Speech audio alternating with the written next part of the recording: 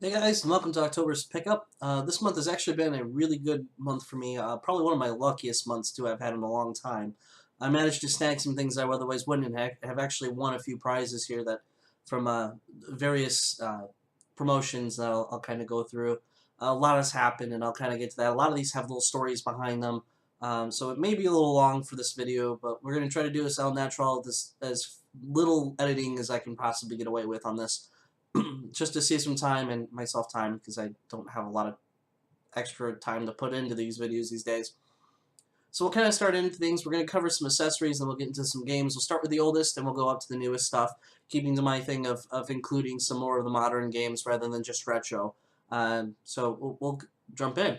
First time, actually, this is thanks to PC Wizard 13. If you haven't seen his channel, check him out. I follow him on Twitter, and that's how I find out a lot of these little cool things that I ended up picking up. The first one happened when Greg Hansen from Arcade Impossible, myself, and some of the crew that we now consider ourselves Arcade Impossible B Team, which includes Matt, myself, Spencer, Wynn, and every once in a while anybody else who jumps in, Raven or somebody who might come along. Um, we actually were invited to a VIP party down in DeKalb, Illinois for Star Wars Arcade. And thank you, Pat, if you ever happen to find this video, for hosting that, inviting us along. We also did together a podcast at the end, which is really fun to listen to. I'll put the link for that podcast that we did for Retro down at the bottom of the details section here. It's a very long podcast, but it's fun to listen to. You can listen to me ramble on for nearly 20 minutes about Darkstalker stuff, since that was one of the things we covered for the Halloween special. But during that time, I happened to come across PC Wizard's Twitter mentioning that there was a Dreamcast broadband adapter up on eBay, and it was really cheap. I think at the time it started at like $56. And these things normally go for around $200. And Greg's like, oh, well, let's try out this new application I happen to have for his new phone, which it's this giant, massive Galaxy phone, the Note or whatever it was. It's huge PDA-looking thing. But he tried out this app, and sure enough, he actually ended up winning the auction for me. The total came to about 106, which is still half the price of what you would normally pay for this. But I did end up winning it. That is the broadband adapter, and hopefully Greg and I will get around to playing Phantasy Star Online on the Dreamcast at some point in time, because we keep talking about it and it just hasn't happened. Second cool thing that I ended up getting, I didn't really win any of this, and actually I outright paid for this, and these are still available, but they're very limited quantities. So if you're really interested in something like this, jump on it. These are the BlazBlue.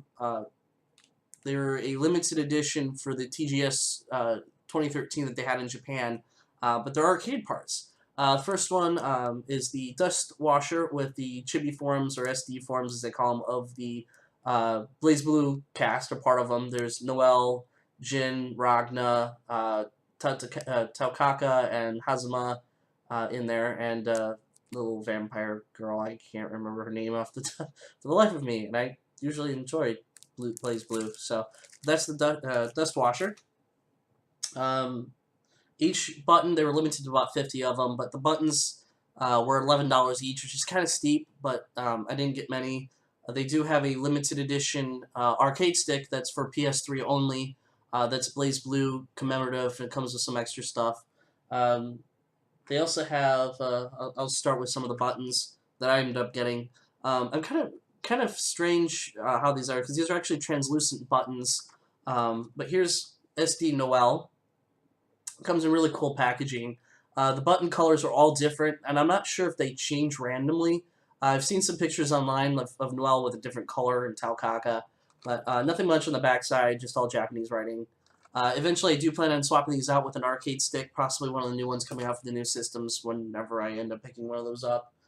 Here's SD Hazuma. And they had about 50 characters in total, and you're only allowed to pick one of each for your order. So kind of choose wisely if you're interested in these. I also have Tagar. He comes in red. I guess he's one of the more popular ones. Here is normal Jin. I have normal Noel, vermilion. And here is the Taukaka one in yellow. And I've seen this one in clear, but I guess there's clear, green, blue, red, all different colors, transparent. They also have ball tops. Unfortunately, they don't have all the characters for ball tops. There's only 9 of them. I ended up getting Ragna ball top. Same backside as the buttons. But yeah, kind of cool stuff. You can actually find these at arcadeshock.com is where I picked these up. They also have a various other arcade parts and pieces, including joysticks, buttons, and even some arcade boards. Pretty cool site, and I'll put that link below as well. But really cool stuff. I think the ball tops were about $9. Dust washer was $7.50. Kind of steep, but for the limited edition they're really fun to collect. I do plan on, as I said, on using these for a arcade at some point in time or whenever I get around to that. But with the new systems coming out and the old ones kind of starting to slowly die off, I didn't think there was a point in putting these in any existing arcade sticks they have currently, especially if I plan on getting into more tournaments at some point in time. Another cool thing, this is another one that I did win.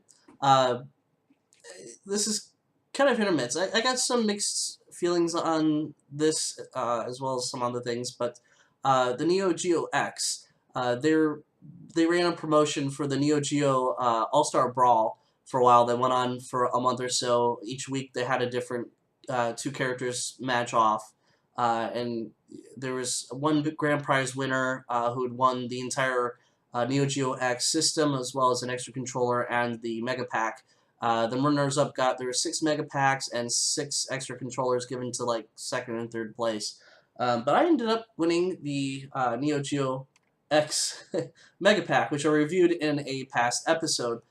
This is the newer one. I think this has got the 500A update. I'm not sure. It's unopened. It's still sealed, as you can see. There's a sticker on it. I haven't opened it.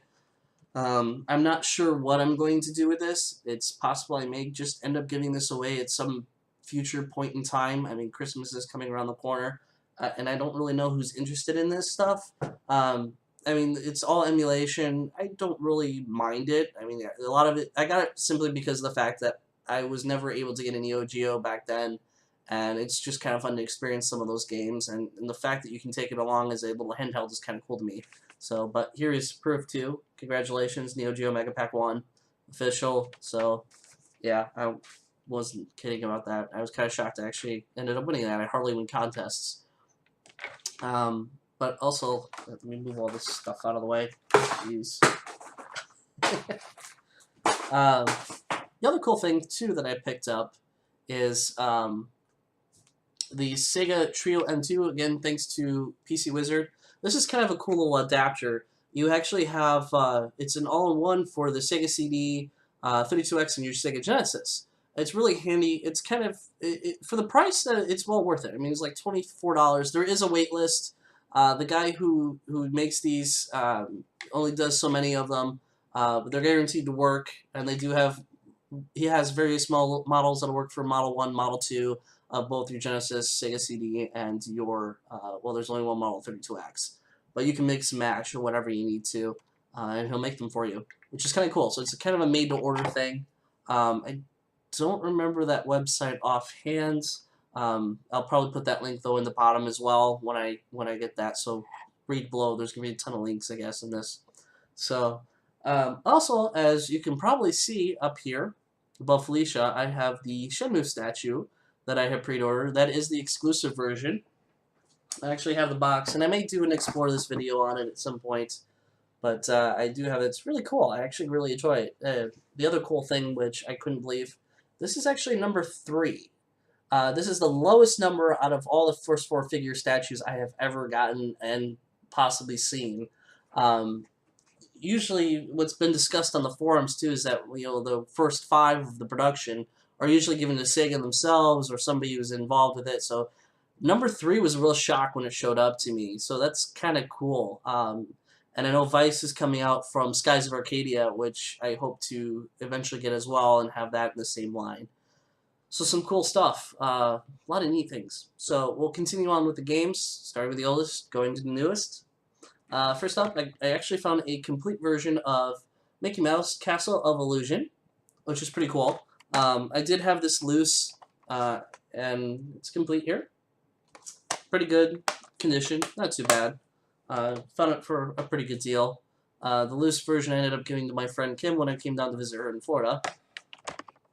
Next up, I actually found a really cool shmup, Android Assault for the Sega CD. This is supposedly I think it's a sequel to Musha on the Genesis, which I haven't found either.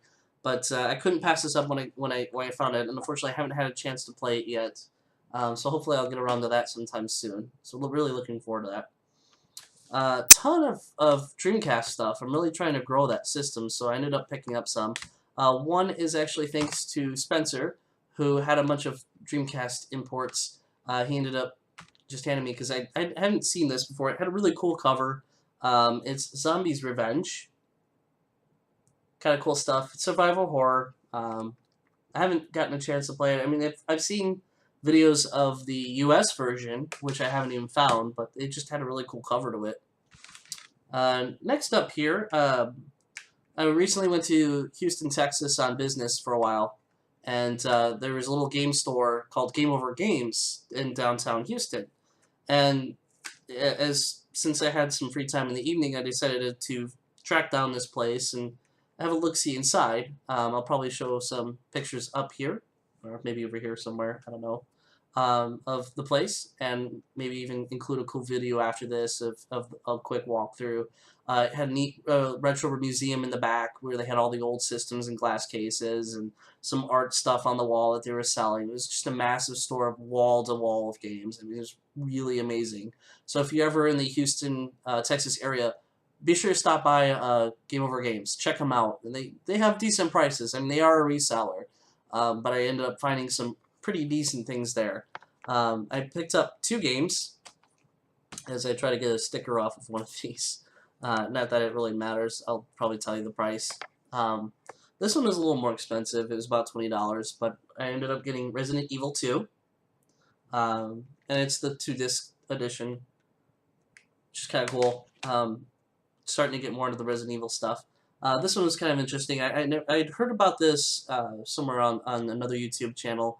It was released by Atlas, and I'm starting to get more of Atlas games, but it's Mach-N X. I guess it's pretty underrated. It's kind of a hack and slash game. So I hope to get into that. That'd be kind of cool. More stickers. Jeez, I just need to learn to take these things off before I even do recordings. Oh well. Next game I have actually is I'm not sure why I picked this one up. I guess it was just because it was cheap. It was only like $2 or $3. But I got NBA Showtime, NBA on NBC. So a basketball game, sports game. It was only like maybe $2 or $3. Damn, stupid stickers.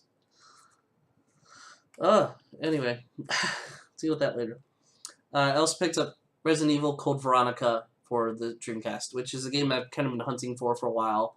I really like this version of Resident Evil. It was one of the first ones on Dreamcast I had played before really getting into the Resident Evil series, so that's kind of neat to have that. Moving on, we'll hit some of the more modern stuff. I couldn't resist. I actually found this Deadpool in Family Video, and they were selling it for like $20 used. So, and it is complete. It has the little manual and whatever else in it. Great game. I enjoy it. It's kind of amusing when you actually get an achievement for slapping the hell out of Wolverine when he's unconscious. I mean, humor in of itself is funny. Another one I ended up picking up at Family Video for $30. The Last of Us. I'm only, unfortunately, about 4 hours into this game, so no spoilers if anybody is into that stuff, because I kind of want to get through this, and I'll be getting back to that soon. I did end up picking up Pokemon X. A lot of my friends ended up picking up the X version. I have one who had the Y, but I was like, well, might as well. I haven't played a Pokemon game since, I think, Emerald was maybe the last one that I played on the Game Boy Advanced. But I haven't touched anything on the DS or Black and White 1 and 2 or Gold or Silver or whatever all those other ones were. After Emerald, I kind of lost interest. The constant grinding, it just kind of got on me. X has been a lot easier to rank up or level up your Pokemon, so it's been a little more fun in this one to go along.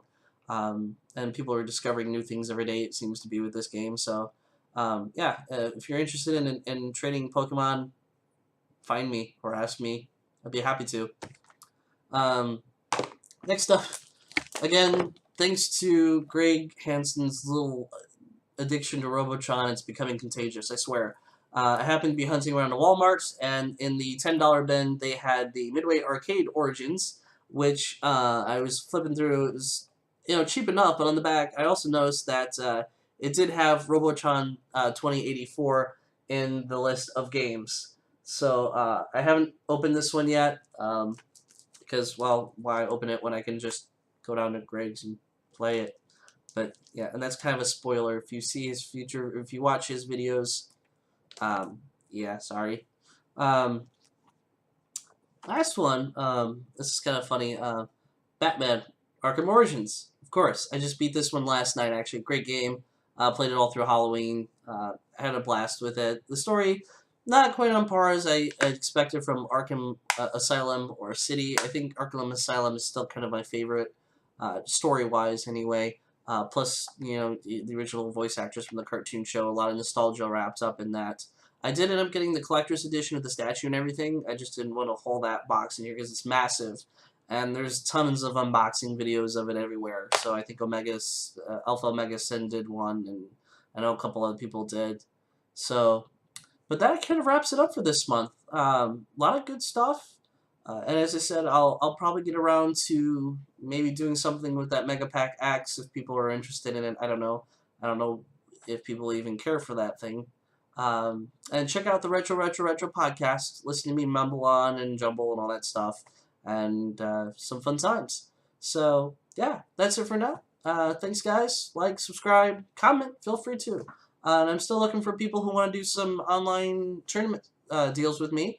Maybe we can get the State Line Gamers involved, and we'll set something up. So if any of you guys out there in YouTube land watching this and want to play Street Fighter or whatever, give me a jingle. We'll hook things up, and we'll get rolling and put some stuff out on live. Also, one last thing, too. We are Greg Hansen, the State Line Gamers, and we also took part in the extralife.org charity for the Children's Hospital for our local facility in Chicago. I'll include my support link down below if you feel generous enough to give $1 or $2. Doesn't matter. I have a goal of $100, and I'm about $75, $80 there, so I'm nearly there, 80% or so.